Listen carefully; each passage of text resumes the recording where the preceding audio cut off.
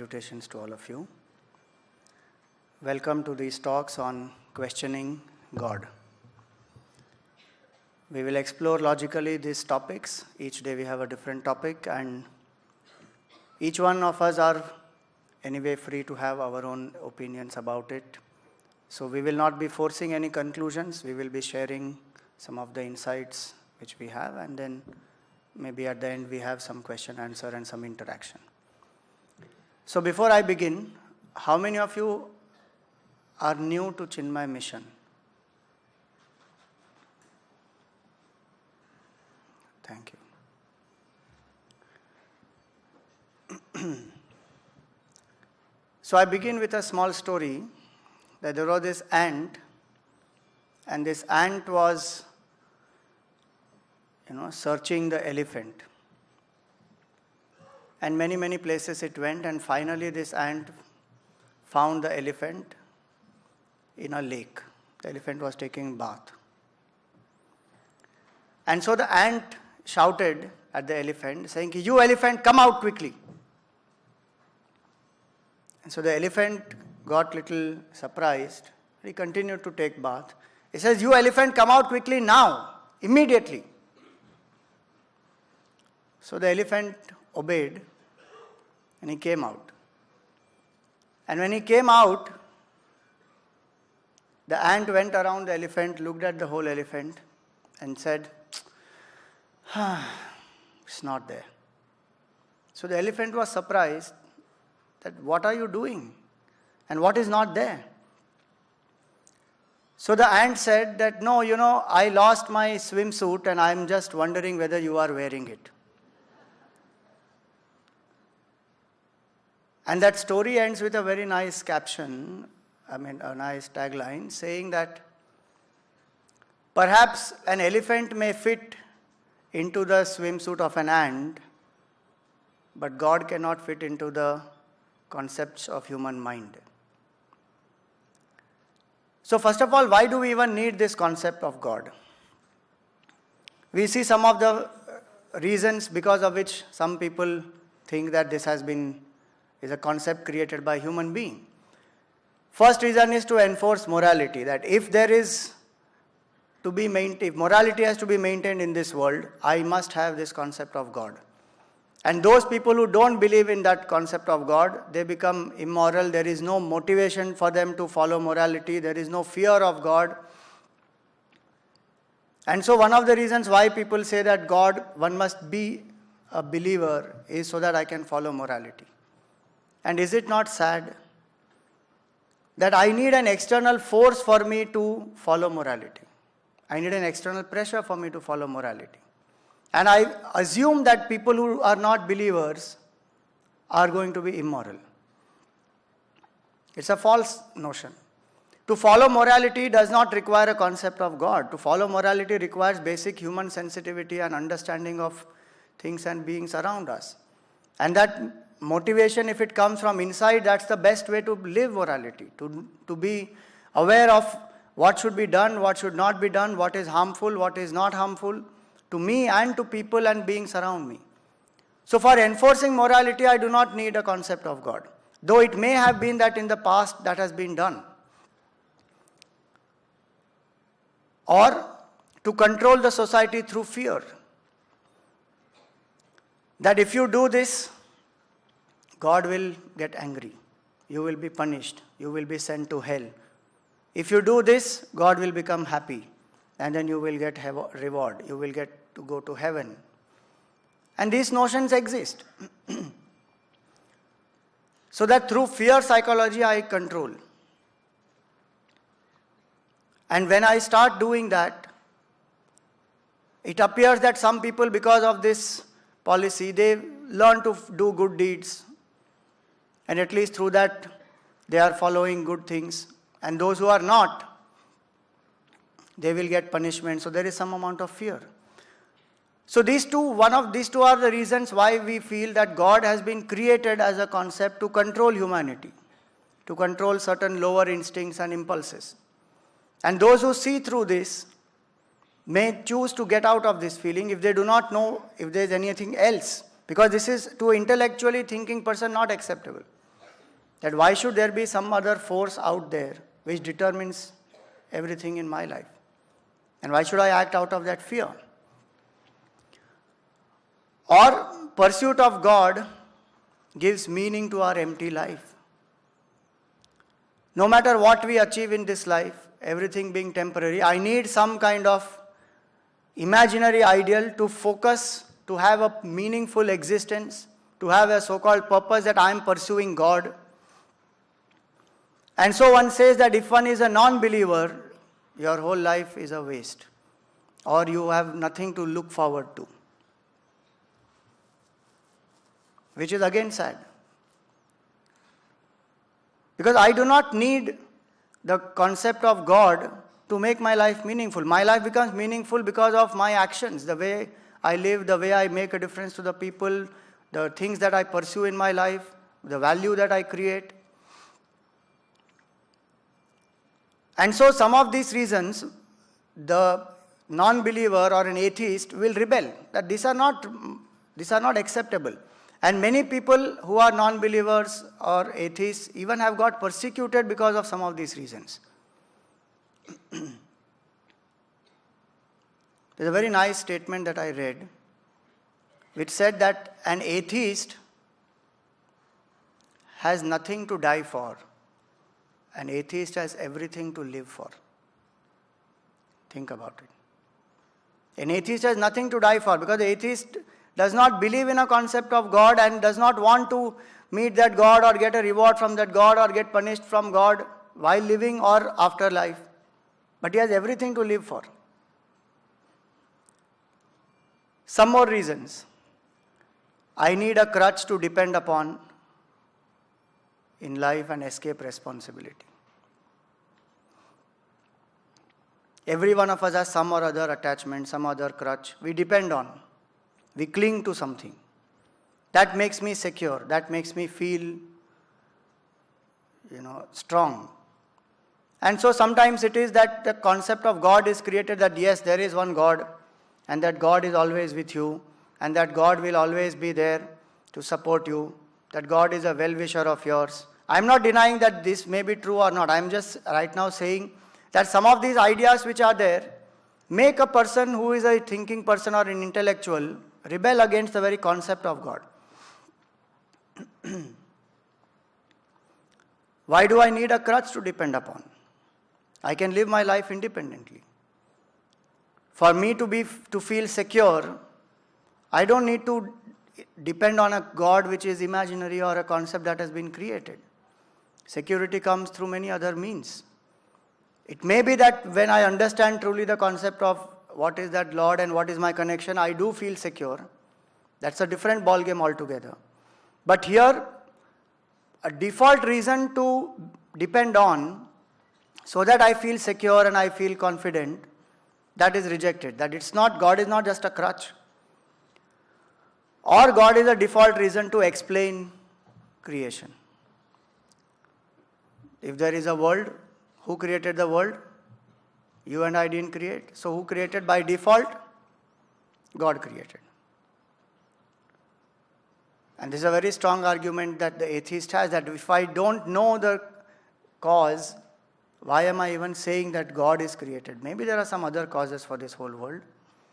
So God cannot be a default cause of the creation, the default explanation for the creation. And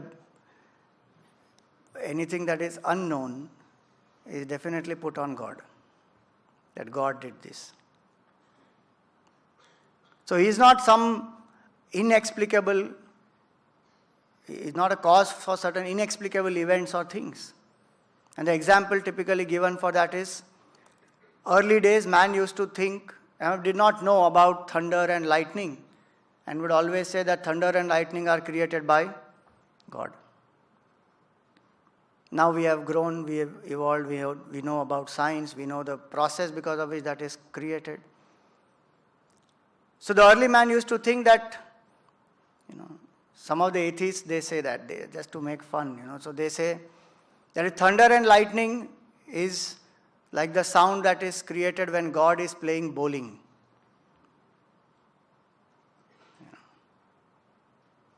Rain is as though when God is crying. And snow is when God is shaking his head and shaking off the dandruff on his head. So some of these things they say. Why? Because it's scientifically or it's logically not appealing that, if I don't know something, I just put it on God. I need to wait for some time. It's just a question of time where I will learn to understand certain reasons, that why certain things happen. So these are some reasons why one feels that God is a concept which has been created. Now, some of the reasons we may explore, that it is a fact that when we observe our own life also, that there is a deep yearning in all of us. And that fact one cannot deny, that all of us have an intellect and a questioning intellect, where somewhere or the other we have wondered, from where did this creation come? Why are things happening in this way? And we always have that question, tell me why, tell me why. So causation hunting is the preoccupation of the intellect. It wants to know why. And that questioning in us is what makes us inquire into the cause of this whole universe, into the cause of my own existence, into the reasoning behind why things happen the way they happen. And this questioning intellect needs logical reasoning. If it is not awakened, then any reasons given earlier may just get, it may get enforced and one may even believe them. But if the intellect is active, then the logic and the reasoning, etc., comes into play. Then one really wants to know what is the main cause. So causation hunting, that is one reason why there is a pursuit of God. Whether it is a scientist or a biologist or a physicist or anybody for that matter, they want to know what is the source of this creation or not. That basic quest is there in all of us. And also there is a basic quest for fulfillment. That no matter what I do, there is a sense of emptiness. And I want to experience that state of fulfillment. And it is not that I have not experienced that state of fulfillment. At various points in my life I have experienced, but I am not able to elongate it, or I am not able to remain in that state. When I am in a state of complete love, I experience such peace and happiness. When a desire is fulfilled, I experience such peace and happiness. There are moments when I have experienced. So the quest of God is not something which is a quest for the unknown. Something which is not known cannot be pursued. It is something which I have experienced but which I am not able to verbalize, or which I am not able to stay in, and which I do not know is what I am actually seeking. So there is the need for me to experience that higher state. And in religion they call it as God. In philosophy they call it as reality. Or science they will call it as truth. Philosophy, truth, and science as the reality. Name can be given, any name can be given, but one is seeking a state of a certain fulfillment. And also in spirituality we say it is a deep quest for self-discovery. The understanding of God is not just related to understanding of the cause of the universe, which is what the scientific direction is in one way.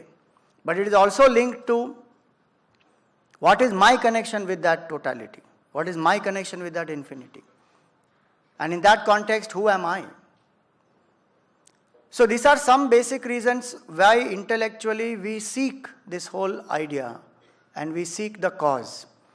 And I'm just giving you one quotation here of one of the famous scientists, that is Stephen Hawking.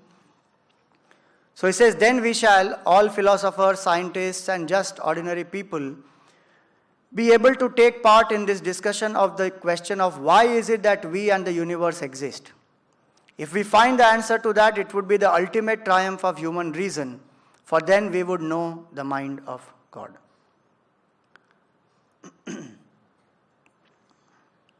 Now, we move on to the next portion where when we say that an atheist rejects concept of God, what God does he reject? That's important to understand there. that there is a God sitting up there in heaven, controlling our lives, controlling our fate, giving us punishment or rewards, that God, not acceptable. Or that there is a God who punishes, who grants favors, who is partial, and so many things which have happened in the world, even in the name of miracles, etc., not acceptable. That for some people God can do certain miracles, for some He doesn't do. He lets other people suffer, He does miracles for some people. Can't accept that kind of a God who is partial and who does certain things. And definitely God has a form. If I say that there's one particular form is only God and that God is the creator of the whole universe, not acceptable. There may be other concepts of God which are not acceptable, which are rejected by the people. Broadly, I have just put down a few of these. That even a non-believer, if we actually go to see, is not rejecting concept of a cause, but is rejecting a concept which is not appealing. If a non-believer rejects the concept of the cause itself, there would be no inquiry. Full stop, it ends there. But the very fact that all scientists, all non-believers are still probing about the cause goes to show that there is an inquisitiveness to know that. There is an acceptance that there exists a cause. The nature of that cause is what is debatable. Now, some of the explanations which we find, which whether it is in theology or in spirituality or even in logic, there are some of these explanations which are given about the nature of that cause. But they appear to be unsatisfactory. So one is that God is the uncaused cause of the whole universe. Very common argument. We believe in science, we believe in cause and effect. That if there is an effect, there has to be a cause. And cause and effect are always in time. So if there is an effect, there has to be a cause. So today's cause is tomorrow's effects. Tomorrow's effects will be day after tomorrow's cause. So the cause and effect keeps going. But if we ask what is the first cause, then we have to come to that point that it is an uncaused cause. It is a self-existent cause. Now this, many people think that this is an escape which is being given because we don't have an answer. So that's why it appears unsatisfactory. Even if you come to Vedanta, this will come, this point will come, that the ultimate cause of the universe is uncaused. It has to be a self-existent cause. And from there comes the whole universe. In simpler terms, if there is a world, who created the world? God created the world. Who created God? If you say God's father, Godfather created the world, then who created God's father? If you say God's grandfather created, and then who created him? It goes on into infinite regress. So to stop that infinite regress, we say that God is a self-existent cause. And many people think, no, that is not an acceptable answer. We will take this argument ahead a little later. Another explanation is that God has to be a non-physical cause of a physical universe, which is again not acceptable by a lot of people. That if there is a physical universe in front of us, how can there be a non-physical cause for it? A transcendental cause for a universe which is there. If there is something which is transcendental, how does it even interact with the universe? Because the universe is conditioned by time, space, cause and effect, objects, all these. And you say that your God is uncaused and your God is not a physical entity. Then how does that God even interact with the universe which is in time, in space, objects and plurality?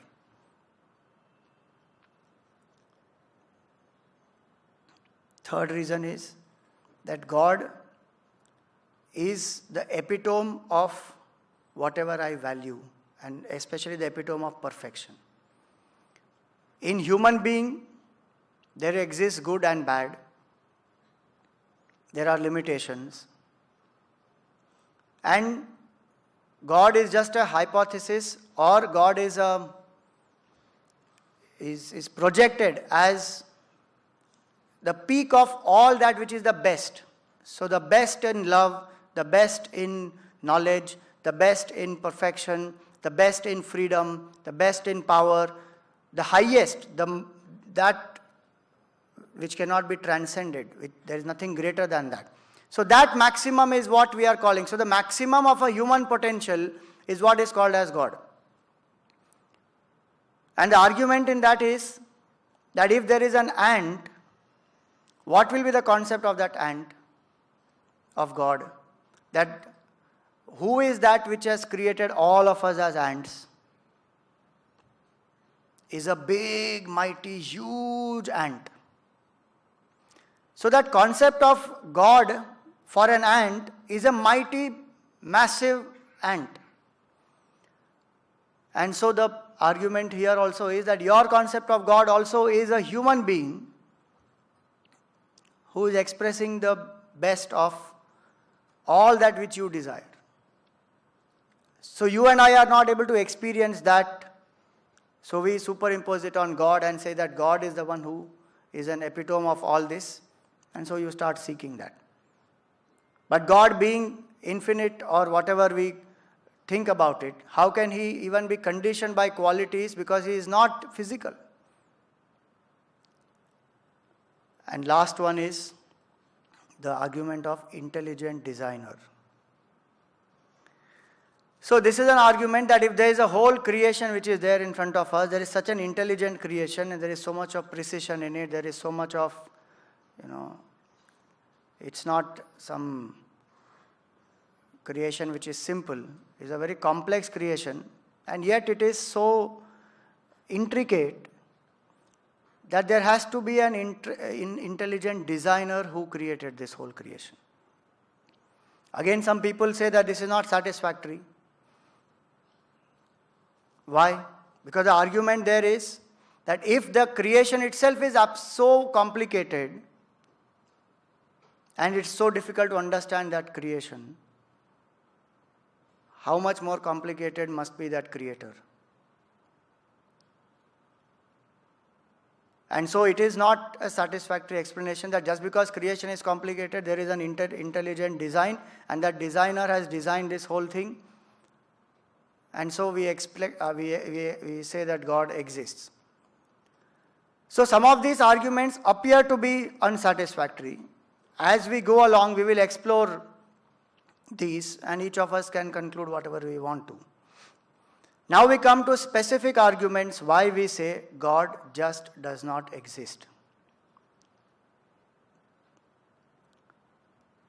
First and foremost, the argument is if there is something, then that can come only from something. And the atheist says no, something can come from nothing also. That nothing is the source of this whole world. And one believes that the ultimate cause of the universe is shunya, or is nothing.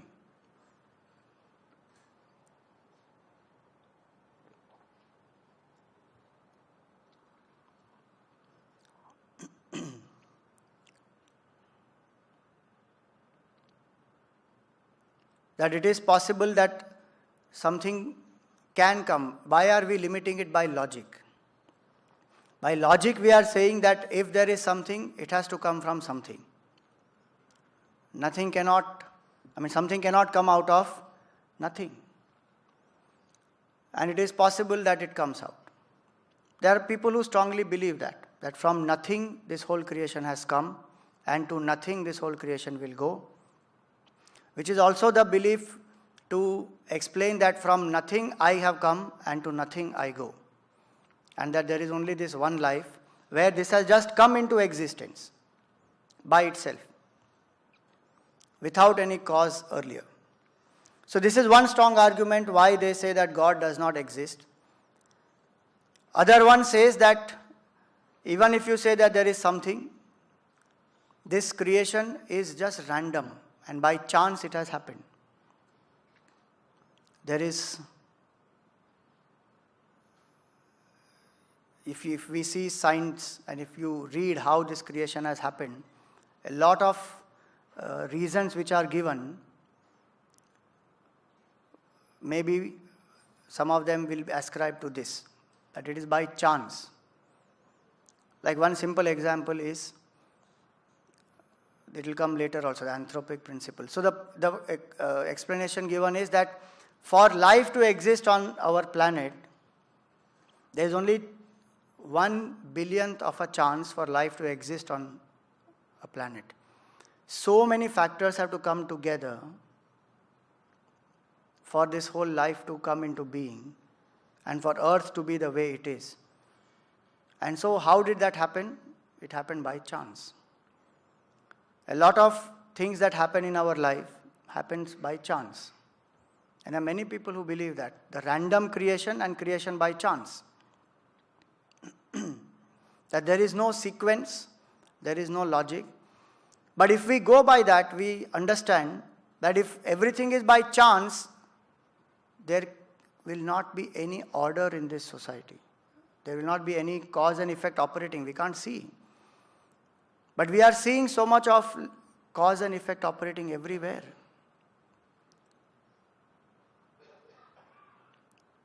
How can anything just randomly happen? Suppose I see a house. Don't I ask who built the house?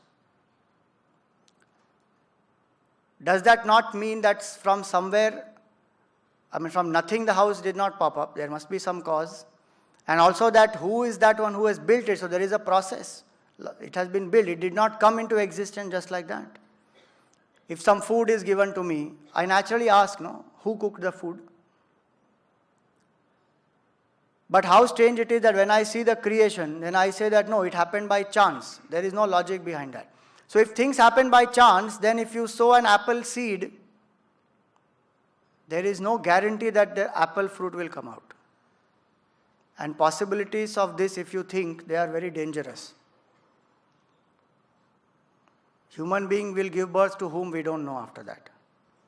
Human being may not give birth to a human being. Human being can give birth randomly to anything. But we don't see randomness that way. There may be a certain randomness that appears to us in certain aspects, but there is a lot of order and there's a lot of systems which are there everywhere.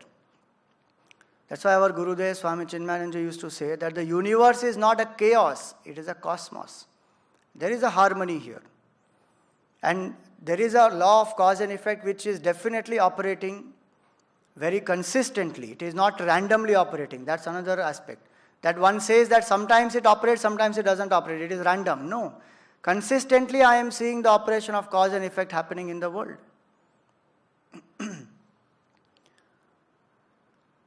This is most common argument. I don't believe in God, but I believe in nature. That natural laws exist. And the whole creation is being run by nature. I don't need a God to run this whole creation. Suppose just now you have come here. When you came, you must have come in a car or a vehicle or a bus or walking somewhere. And if we are seeing that people are following traffic rules, people are following general rules to walk on the road, will that not mean that there is that enforcement of the law which has happened? And that there is an entity which is enforcing the laws? There is a judicial system also in our country. There is law and order which is there.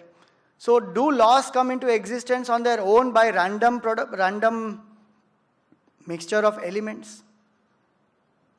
Or to create a law, there has to be an intelligent entity. Not only do laws do not come into existence by their own, the laws are not even enforced by these elements by themselves. If we say nature is 5 elements, space, air, fire, water, earth, does the mixture of space, air, fire, water, earth create the laws? It is always seen that any assemblage is always for a sentient being. Like a house. is meant for somebody who is living in the house. A car is assembled together. That assemblage itself is because of an intelligent entity. And the assemblage is meant for an intelligent entity. It does not happen that it comes into force by itself. So, the argument given here is that if there is the nature which is functioning, why do I need God? Nature, again, we will see, is 5 elements. Does that bring the entire spectrum of living and non-living beings? Just the elements, 5 elements. We will explore this as we go along. But just by saying that because there is law, that there is no lawmaker, again is not an appealing argument. That there is a difference of opinion on the nature of that lawmaker, perfectly understandable. But that there is no lawmaker and laws function on their own, if they did, so many problems in our life would have been gone. Even after intelligent lawmaker being there, law being enforced, are we able to follow? Simple law is there, no, in our country that smoking in public is not allowed. But does that happen? So many laws, if they could come into existence on their own and get enforced on their own, life would have been so wonderful. But unfortunately, that doesn't happen like that. And don't we see that science has also progressed by obeying laws of nature only? All that energy which we speak about, atomic energy, nuclear energy, and so many things, and so many other aspects in which science has developed, is all because we have understood laws of nature and we are able to tap those laws of nature. So there has to be an entity which has done these laws, which is enforcing these laws. Just by saying that there is a law, it doesn't get enforced. In the Upanishad, beautiful lines are there. Bhishasmad vata pavate bhisho deti suryaha.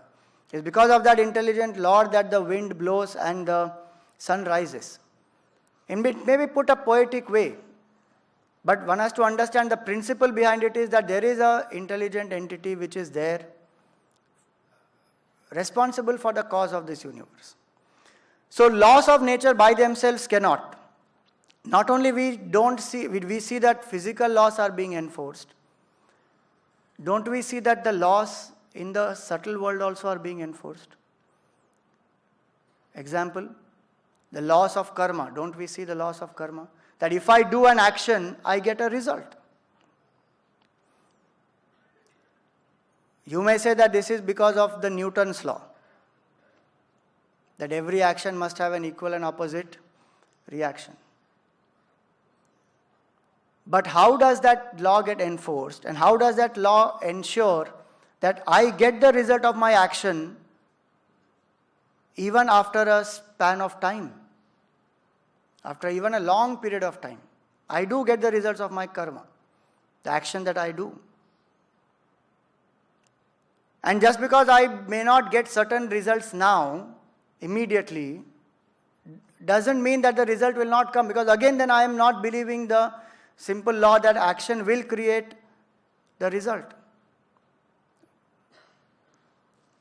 So laws of nature are functioning, and no doubt in that. But just because laws of nature are functioning does not mean that there is no creator.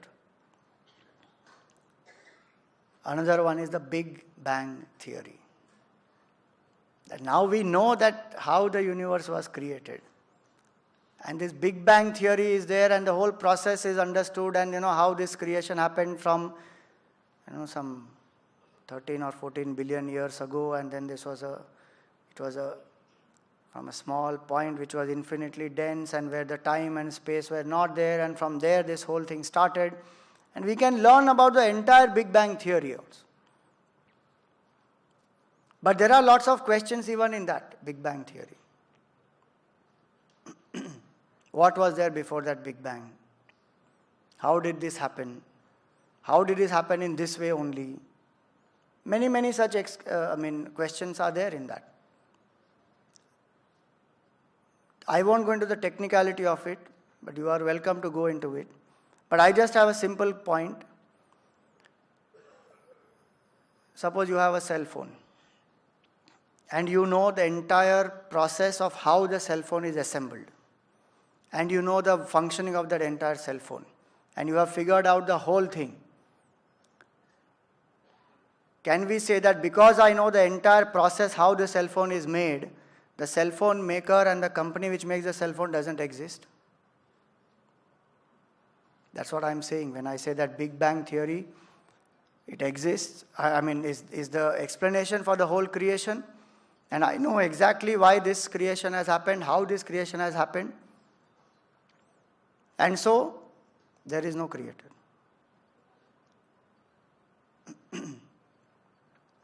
And if you do more scientific research, you will find that Big Bang itself is in question right now. Not everybody accepts Big Bang theory. Black holes also are in question. That do black holes exist or they don't exist? So even in that there is a lot of dispute. So no doubt that we should know and we should use science and we should know the logical reasoning, and it is not that because of these that the God does not exist. We just say that because we say that Big Bang is refuted, so that by default explains God. No, my point here is, which we are trying to make, is that because of these scientific reasons which we have become more mature enough to know now what is the cause and how is the process happening. That should help me to understand that more better, that what is the nature of that cause, rather than rejecting that entire thing. Another reason given is the evolution by natural selection, or the evolution theory. So biologists will speak about evolution theory, physicists will speak about the Big Bang theory. And this whole variety in this life which has come about is because of evolution. From millions of years it has taken to evolve. From a unicellular, it keeps on evolving, and then one comes here. But very interesting it is in all these is if you go to the source. So in the evolution theory, the source, if you go to, they will tell you that there was a spontaneous self-replicating molecule which came into existence. And from there started the evolution. If you go to the source of Big Bang, they will say that there was that infinitely dense particle or energy. And from there that Big Bang happened. Now what is the evidence of that? And one may say that it's a question of time, we will find out. No problem, we will wait for that answer. And just because we do not know the nature of that, we are not calling that as God. There's a whole different reasoning why one says that there is an existence of that God. So Big Bang or evolution, there are explanations for how life has evolved, how life has come about, how creation has been evolving. But that does not deny actually the existence of an intelligent entity. Another common explanation is that if God existed, there would not be evil and sorrow in this world. And because there is so much of evil and sorrow, God does not exist. Now, evil also comes under many categories.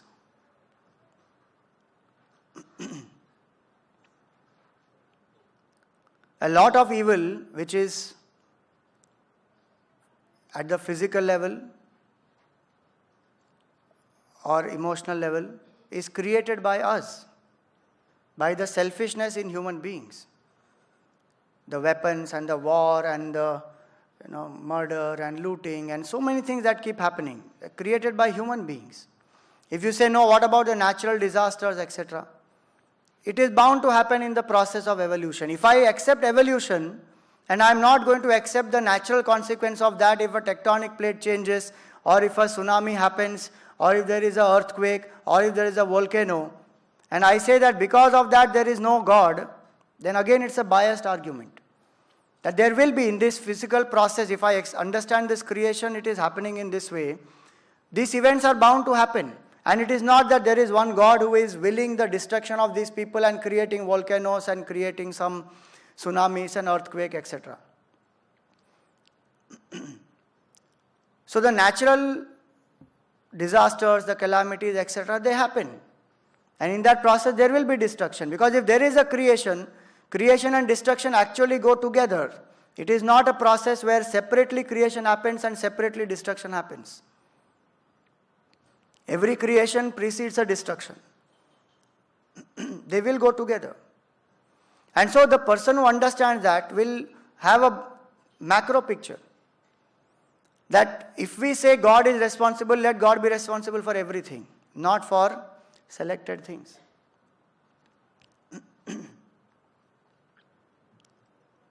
What about children who are born with difficult situations? So if we say that no, God has created them, He has gifted somebody with special talents and He has made somebody specially challenged, again that argument is not tenable. So some of these reasonings which we give to dismiss the very concept that God does not exist, they themselves have a hidden assumption or a hidden point which we have to explore.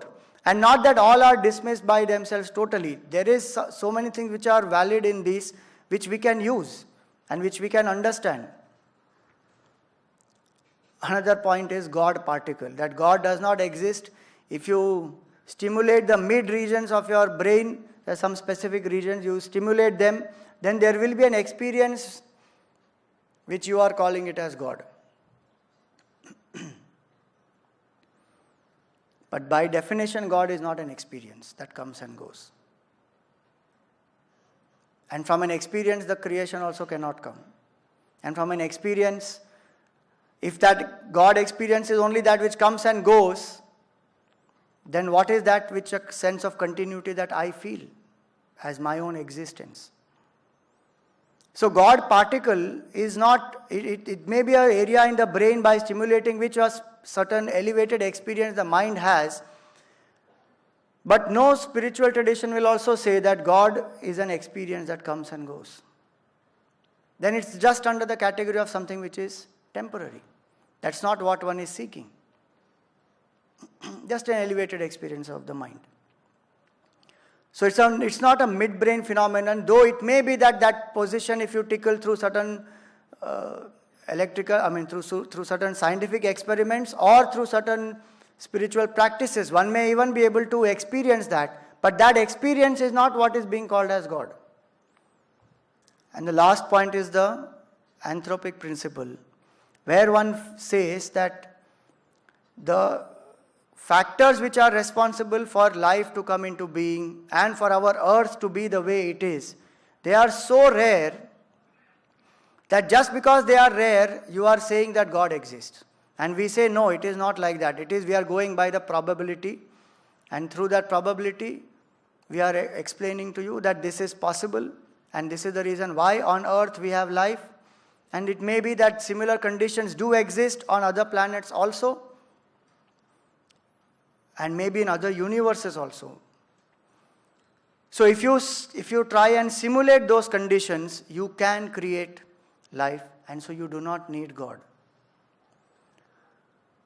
So these are various reasons why one says that God does not exist. Some of these we have seen the limitations of this. This very anthropic principle, if you see, is also used in the other way. Just like biology can be used, evolution can be used, Big Bang theory can be used. Each of these arguments, if we understand it properly, can also be used to prove the existence of the reality or God. And the same, when we do not understand and analyze it properly, is used to refute this whole concept. So this anthropic principle, the proof is this.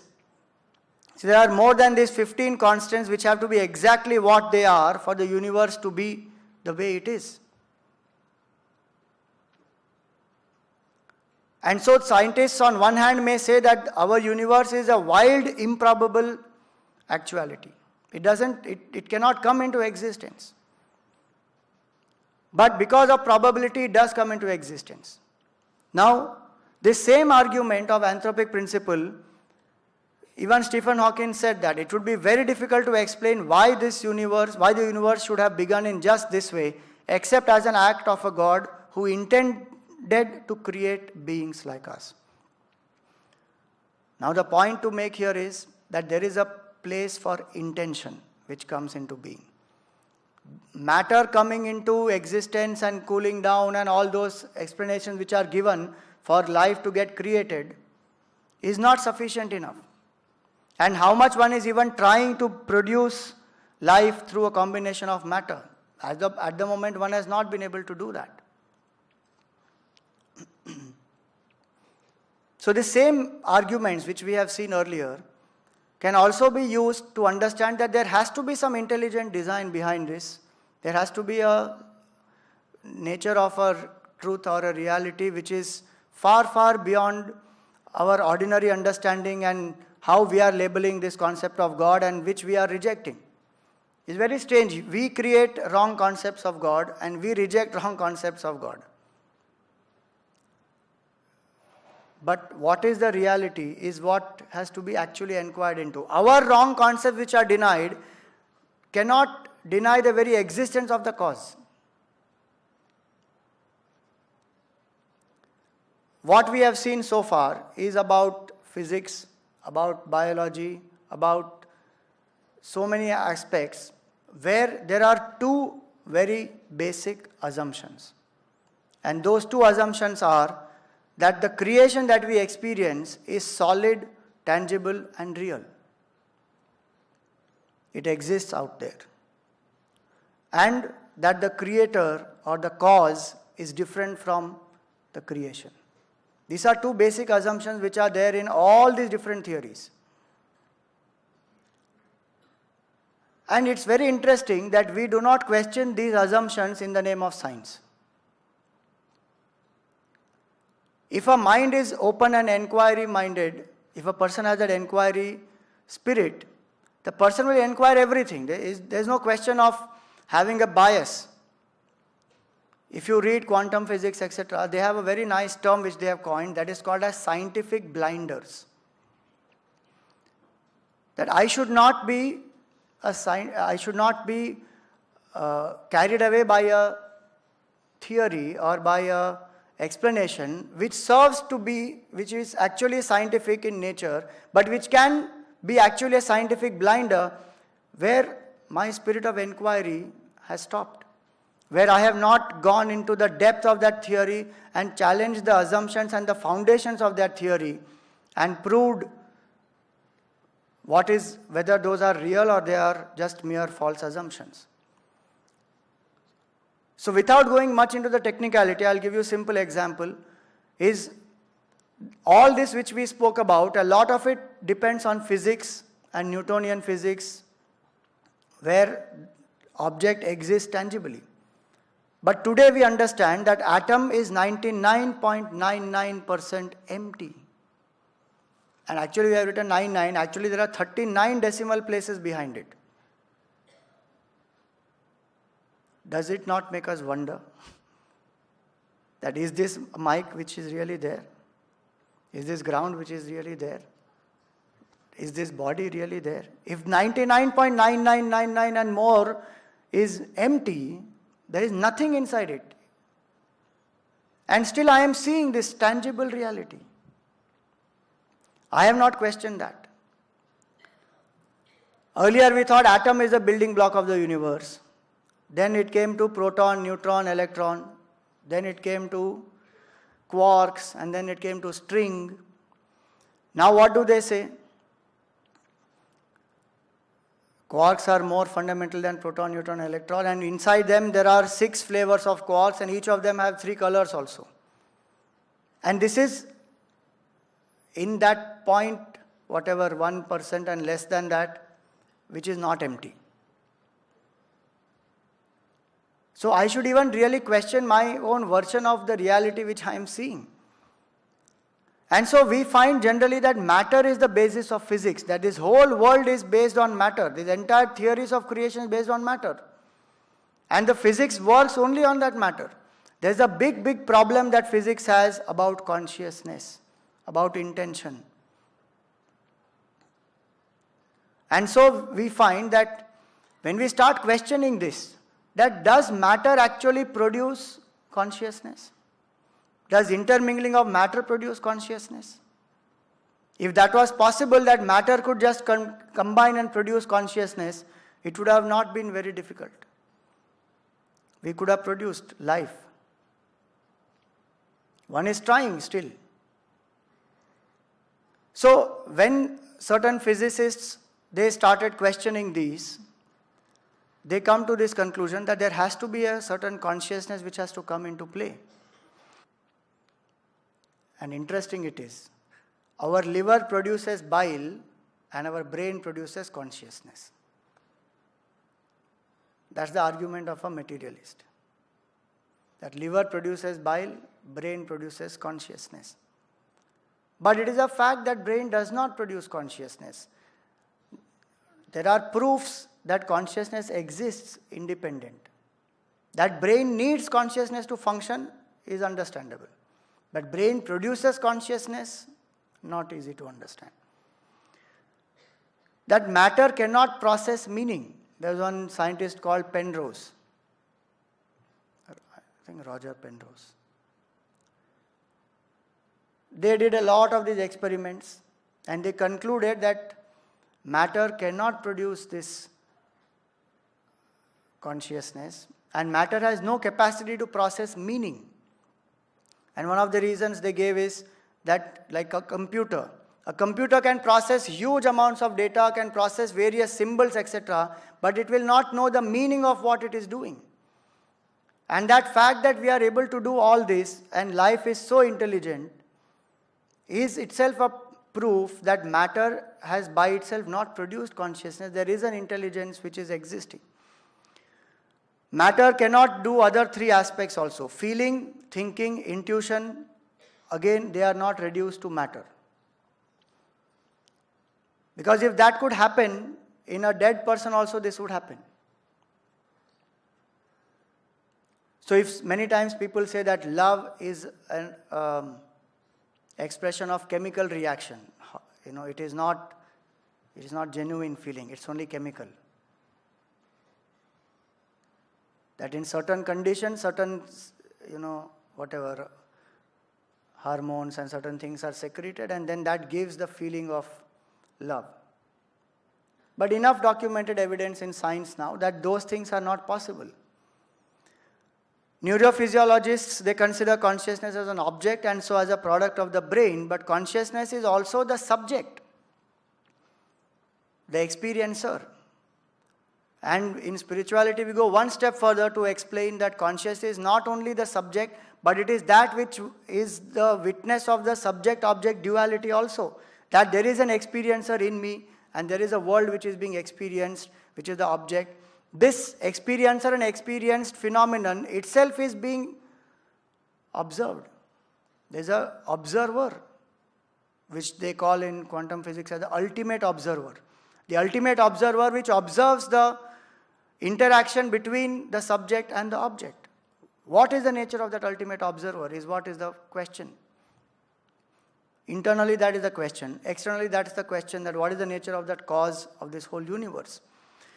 So going by physics there are certain limitations. So the new branch of physics which evolved is what we call as a quantum physics. And again I will not go much into the technicality, but just to give you a little bit of explanation.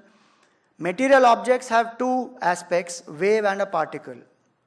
And these waves of quantum objects are waves of possibility is what quantum physics says, that the object is not a solid tangible object which is existing by itself independent of the observer. But these are waves of possibilities which exist, and when this collapse of this wave function happens by a conscious observer, then we experience a certain specific event, a certain specific object right in front of us. But this happens so fast that we do not realize that. So when we see all this which is there around us, at one level we feel this is solid, tangibly existing by itself, independent.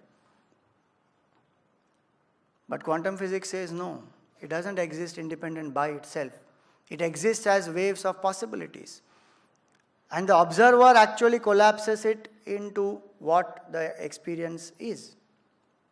And so they say that when the observer looks, the possibilities exist and the observer is making the choice and the observer actually is experiencing what the observer is experiencing. Even in the Newtonian physics you will understand that. That do you think that both of us are looking at the same mic?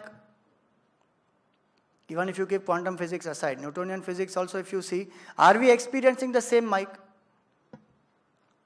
It is not possible. It appears that way because of the limitation of the senses. The mic that I am seeing, the mic that you are seeing, the rate of change, the rate at which this is changing so rapidly, because even Newtonian physics will say this is energy in motion. The change is so fast that we can't perceive it, but actually it is different. What I am seeing, what you are seeing is very, very different. To explain this, so the looking aspect here is that our looking at something can change the possibility into actuality. It appears as a logical paradox. That is, that something does not exist, but when I see, then only it comes into being. It appears as a logical paradox, but it is not true. It exists in the form of potentialities and choices. And it is our perception that makes that choice and we experience it. A very, very simple experience, example of that, you will see here. And this is an example given by scientists. So I am not putting it here. What do you see here?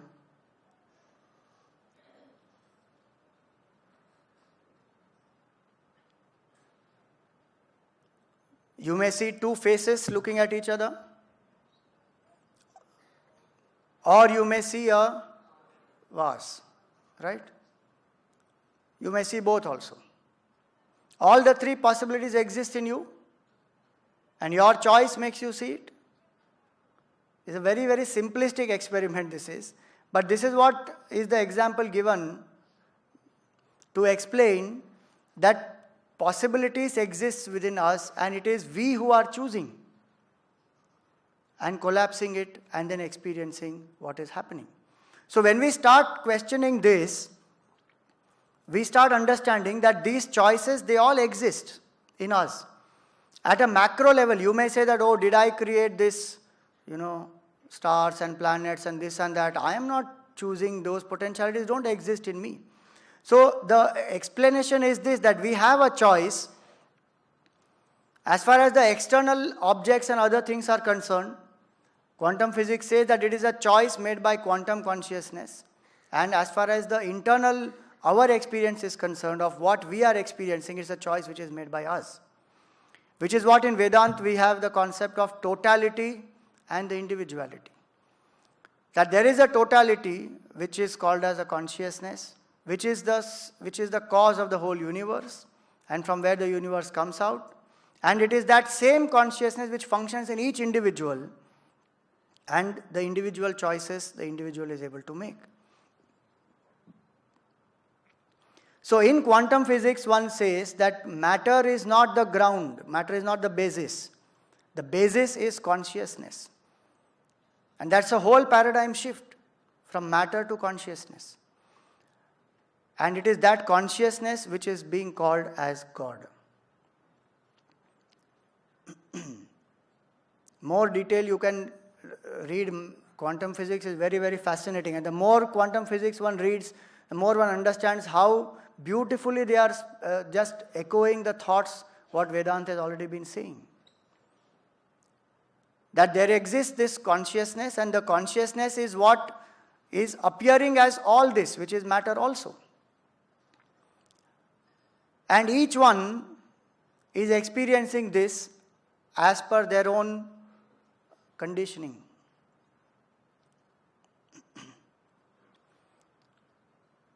And another beauty of this quantum physics is that while remaining transcendent, this consciousness continues to enliven this whole universe.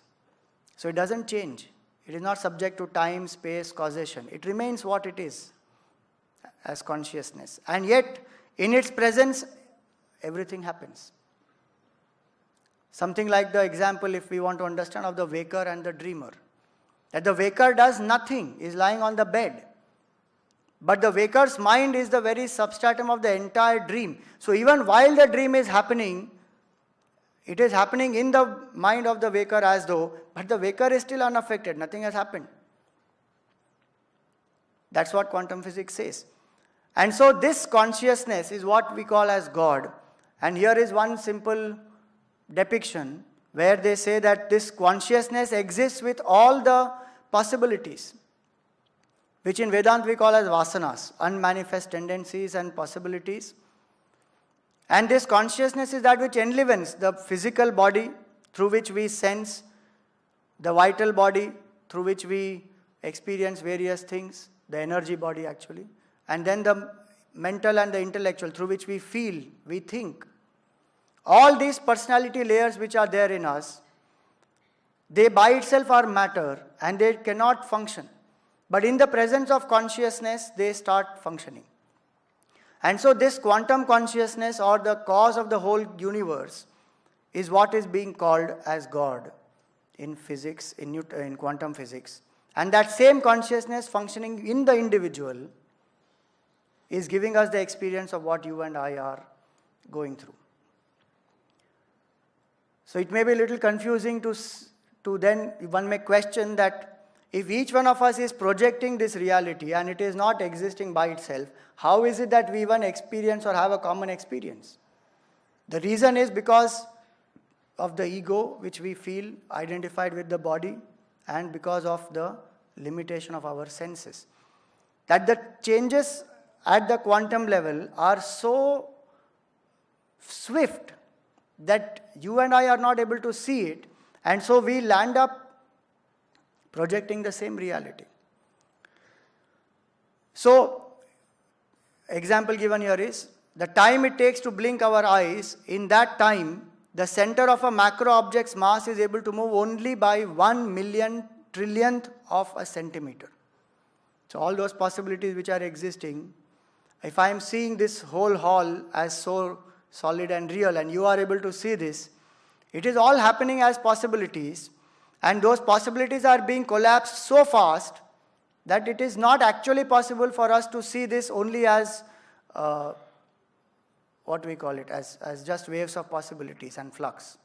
It is the limitation of our senses. So if this is subtle for you, don't worry. Just understand one basic point, that science also accepts cause and effect, and science has no problem in accepting a cause of the universe. The only question here is actually, what is the nature of that cause? Is it matter or is it consciousness?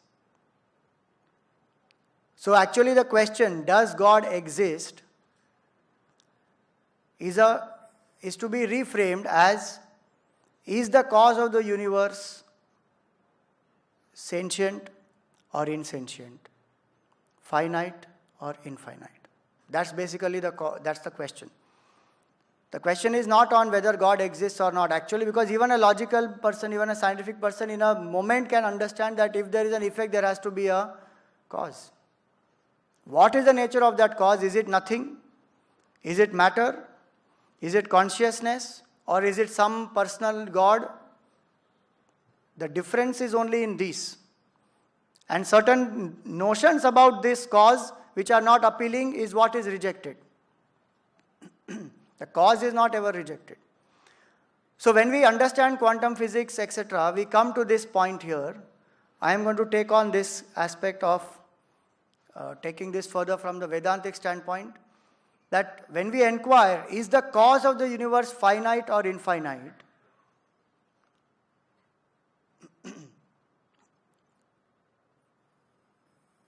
Anything which is finite by itself, by definition, cannot be the cause of the universe. Because universe by itself is infinite. Universe by itself is that which has come out from a source which is infinite. Because if you see whether it's a self-replicating molecule or whether it is a small particle, whatever it is, the assumption there is that if the universe has come out, the source of the universe has to be beyond time, beyond space, beyond causation.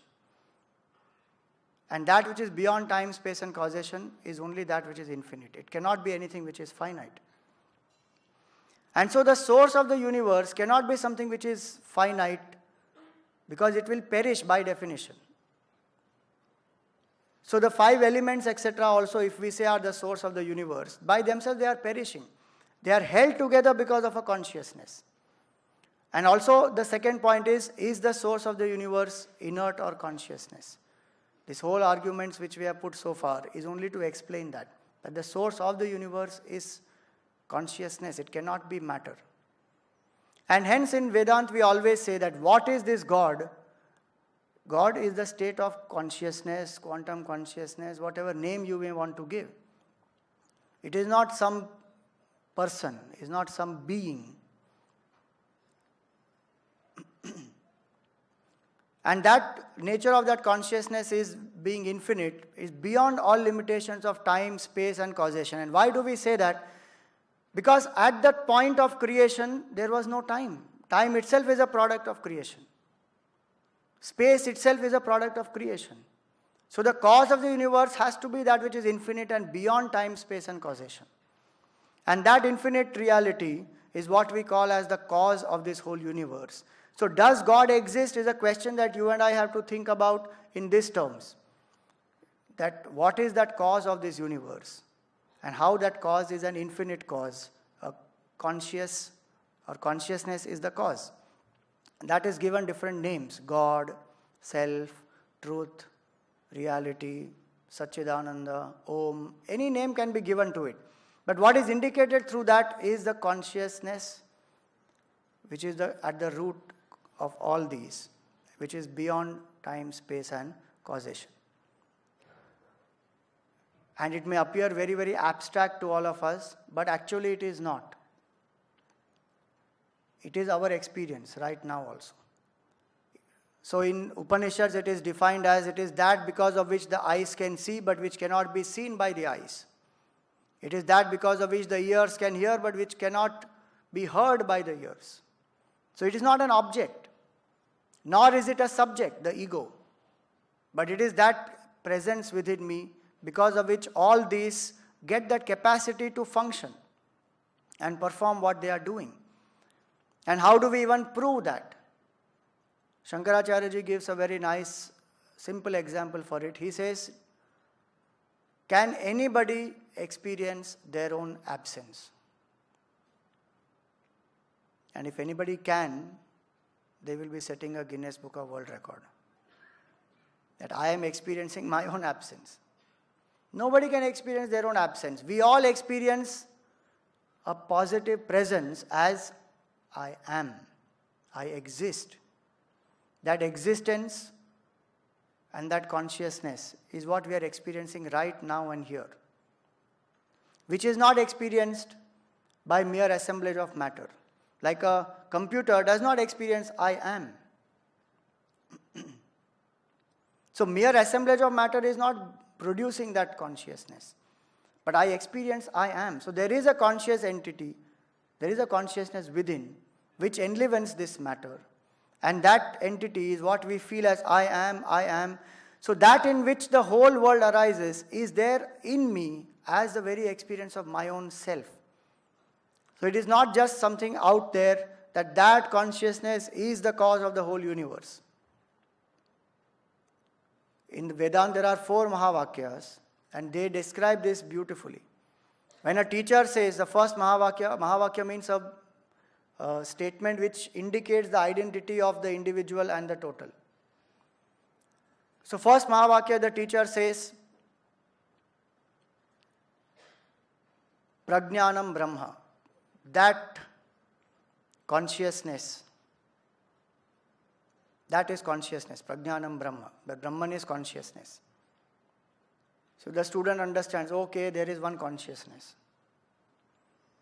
Not that Prajnanam Brahma means to objectify consciousness, but it's just to understand in a sequence.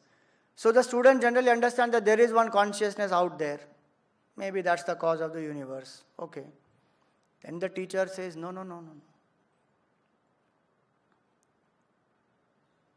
Ayam Atma Brahma. That consciousness, that Brahman is consciousness, don't think like that. This Atma is that Brahman. He says, okay, consciousness is not the cause of the universe only, but there is one Atma and the nature of that Atma is consciousness. Fine. Still the person is objectified. So the teacher says, no, tat tvam asi. That thou art, you are that consciousness. Then the student Suddenly it hits him that, oh God is talking about consciousness which is my true nature, which I experience as aham. Person contemplates on it, meditates on it, comes to the fourth Mahavakya and experiences that aham brahmasmi, that I am that consciousness.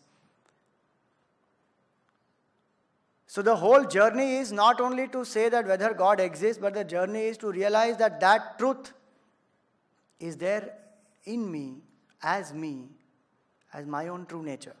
Just because I am identified with this body, I do not experience that.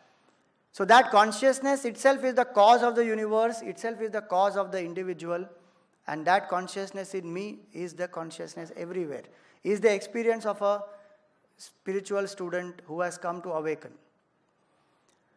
And so we use logic. So far we have used a lot of logic. And let us remember this one thing, that logic has its own limitation.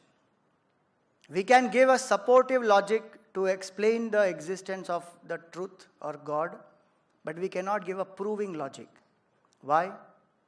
Because logic itself, being in time and space and works only when cause and effect works, cannot explain that which exists beyond time and space. So beyond a point we cannot use logic. So whether God is or God is not, these both are opinions, and using logic, I can use logic to prove either of them. But let me know one thing, that logic has its limitation. So I need to use logic and go beyond that logic. Which is what our Gurudev used to give a nice example, that how a pole vaulter uses a pole and runs and pitches the pole in the hole and goes up. And when the person goes up, leaves the pole to cross over the bar. Same way I use logic. When we say that God exists, one is not trying to just give some random reasoning, because I don't know certain things, I say God exists. Because I do not explain certain things, God exists. No. We will go into logic, we will understand the reasoning behind it, but at a certain point, logic has to be left. The peak of logic is where I leave the logic. And there we get into the realm of intuition. And there is only way to experience that God consciousness or quantum consciousness is through that intuition. And so no matter how much I argue whether God exists or not, I cannot experience that. So the Upanishads say, Na esha tarkena matirapneya. This truth is not by logic. You cannot experience it only by logic. But yes, lot of logic is used. It is not illogical, but it is beyond logic. And using that logic, I come to a certain conviction, and then I have to go into the state of contemplation to transcend. So let this not only be an intellectual debate for us that God exists or not. The actual fact is that when I start using logic, I can realize that that is my own true nature. And so Gurudev used to say that to deny the existence of God is to deny your own self. Because you are that very entity in your true nature. So it's just a question of how do I wake up to that. And I will end here with this equation. Gurudev used to give us this beautiful equation, that God plus ego is equal to man. That God consciousness, identified with just one equipment, assumes itself to be this entity and thinks of itself as man. But when the same individual transcends above this individual identification, will experience himself or herself as that very quantum consciousness. So man minus ego is equal to God. So does God exist? It's up to you to decide. Spirituality says that God exists and exists as your true nature, and in fact spirituality says God is existence, or existence is God. Not existence of this or that, but pure existence unconditioned by anything itself is God. So that's where we stop here, and we have last 10 minutes. If there are any questions, you can write down and send. Whatever is possible, we will answer.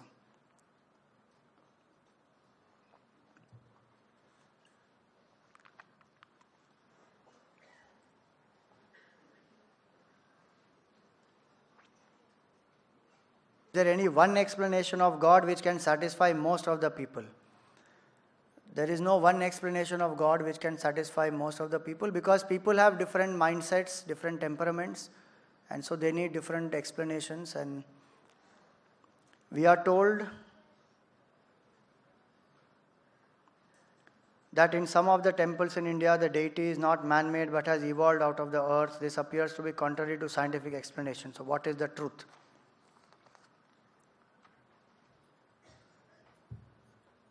There is a Swayambhu concept which is there. So the deity, whether it's a Shivalinga or whether it's a form of Ganesha or whatever it is, if somebody is having that experience, that Shraddha or that faith that this is something which has come by itself, appeared by itself, and so this is divine, there's nothing wrong in that. Science may say that this is because of matter that it has come. That's fine. If somebody has faith and wants to worship, let them worship. No problem.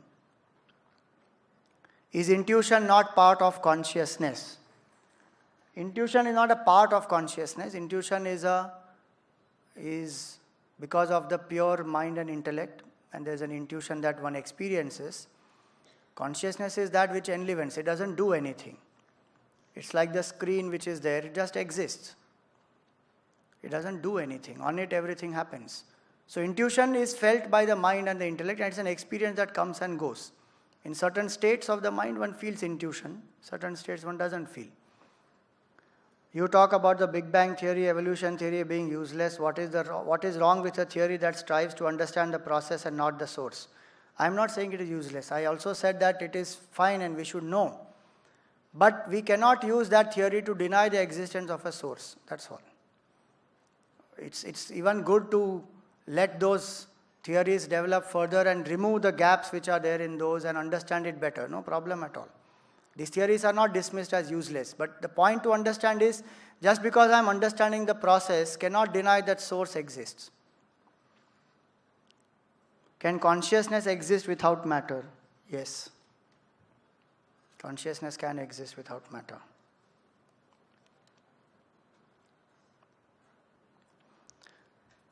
Does evil and suffering explain sin? So the concept is, if there is some suffering, then you are a sinner. Then you are suffering. It's a certain concept which is there at certain point in time because certain control had to be exercised. But again, it does not mean that that is an expression that I have done sin in the past. That if I am going through some suffering right now, I am a sinner, I have done something wrong in the past, so right now I am going through it. If I go by cause and effect, every action will have a response. And maybe at certain point in time, I did not know the consequences of it, the internal consequences, the external consequences. And I did certain actions for which I am going through a result. So it's an error in judgment. Gurudev always said a sin is only an error in judgment. It is not to brand that a person is suffering, so that person is a sinner and a dushtatma and whatever. That's not what Vedanta will speak about. Why did God create us? Why did consciousness create matter at all? So again, this is an intellectual question. Why did God create us? We are presupposing a purpose. We are presupposing that there is a thinking in the mind of that God, and then He created us, the universe. And if at all we think that way, then we need to know the mind of God. Individually, how can we understand that? I have to lift myself to God consciousness to experience whether that creation even exists, and if that creation exists, then what is the purpose? Because individually one can only give a hypothesis that God created the universe for evolution, God created the universe because for Leela, God created the universe for a sport. Some explanation one can give which cannot be proved. Forget anything else of God. At individual level, why did I do certain thing? How will you know? Even if I explain certain things, will you know the full intention? Only I will know. Even at a gross level, if that is what is happening, what to talk at the level of God consciousness? So why did consciousness create matter? Or why did God create the world? Also as an assumption that creation is by itself absolutely real. And then there is a process, and then there is a purpose behind that. That purpose is a search of human intellect, as we saw in the beginning. And actually, when I lift myself to a higher state, I realize that this doesn't even exist. So where is the question of attributing a purpose to this? Temporarily, for me to lift myself to a higher state, I may say there are enough theories which will help me to make my intellect quieten down so that I can turn within and contemplate. But none of those theories can be proved that this is the purpose for God to create the universe. Would you say God is universal energy? Now again, energy, if you think it is inert, then it is not energy. God is not energy. If you think energy has consciousness, then yes, it is. Purpose of life, you only have to discover. I cannot tell you what is the purpose of life. Each one has to discover their purpose. Somebody said purpose of life is to know the purpose of life. Okay.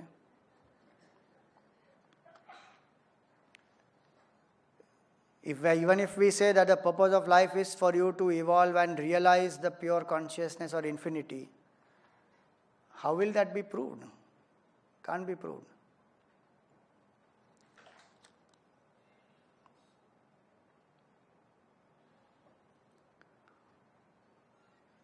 When there is aham brahmasmi, then what is bhakti marg? So bhakti marg helps me to let go of my individual identification by holding on to a higher ideal, which I may call as God. And when I let go of that, I experience that aham brahmasmi. Even in bhakti, they will say that the highest expression of bhakti is where the devotee becomes one with the Lord. So bhakti marg also is a valid means to let go of the ego, like contemplation is a valid means. We got an explanation of consciousness. Why are we unable to experience it, and how does one get proof that it can be experienced? It is right now being experienced by us in a conditioned way, as I am, I am, I am. But we are not able to abide in that state because of many other attachments that we have to the body, to the sense of reality, to the ego, to the desires, all that. So the way to experience it is to quieten the mind. The faster the mind learns to quieten itself and become completely silent, it will be able to experience consciousness. Right now the attention is outside, mind is turned extrovert, so the consciousness is not being experienced. Though it is actually there right now, even now, otherwise we won't be even existing. So the last one for now.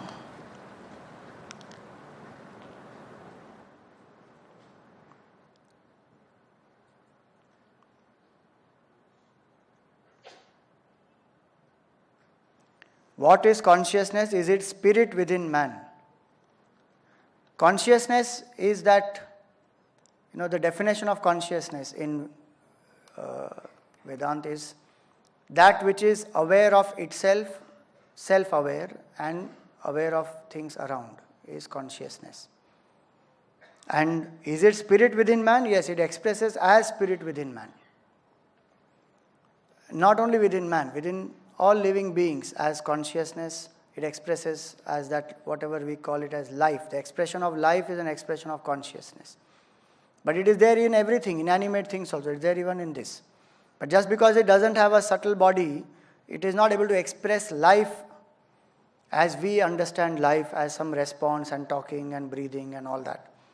But otherwise it's there in all these. Because as we saw earlier, it's a whole thing is consciousness. And it gets collapsed to form matter and different degrees of matter as though. But otherwise it's there everywhere. So it's not only the spirit in man, but yes, it is indicated as a spirit in man to distinguish that there is a separate consciousness which is there, which is enlivening the matter. When a person realizes consciousness, there is distinction of matter and consciousness goes away. It doesn't exist. Right. There are some of these questions which are not related to the talk. So if you want answer, you can come and talk to me later. If there is a consciousness, why don't we experience it? No, we are experiencing it. Just that we don't know that that is consciousness. We think that it is mind functioning on its own, eye functioning on its own, ear functioning on its own. Every moment we are experiencing consciousness. What are feelings? So feelings, they arise, the emotions that arise in the mind when we interact with certain things around us. And they may have a chemical expression also. But they are what we say, they exist in the subtle body, in the mind and the intellect. And we can experience them at a physical level also. Now the question there, what are feelings, is also maybe, it is presupposing a physical, tangible expression of it. At body level it will manifest. So if there is an anger which I feel in the mind as a feeling and as a thought, at physical level I will feel certain pain in the heart or certain burning sensation, etc. That's an expression at the physical level, but otherwise it's what we experience in the mind, and it cannot be more verbalized. Each of us know what it is, because language by itself has a limitation.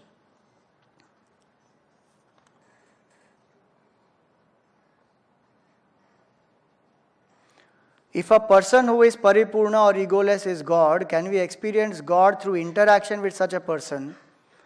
Or can one do it by only becoming paripurna oneself?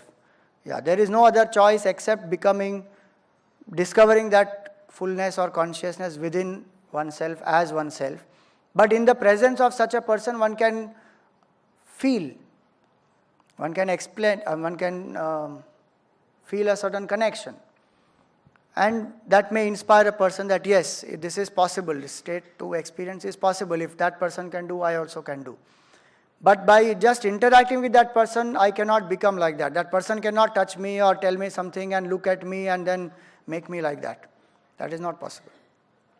So this question is not related, so the person may come and ask if required. Thank you. Om asato ma sadgamaya tamaso ma jyotirgamaya mrityorma amritam gamaya. Om purnamada purnamidam purnat purnamudachyate purnasya purnamadaya purnameva vashishyate. Om shanti shanti shanti. Harihi Om Shri Gurubhyo Namaha. Harihi Om.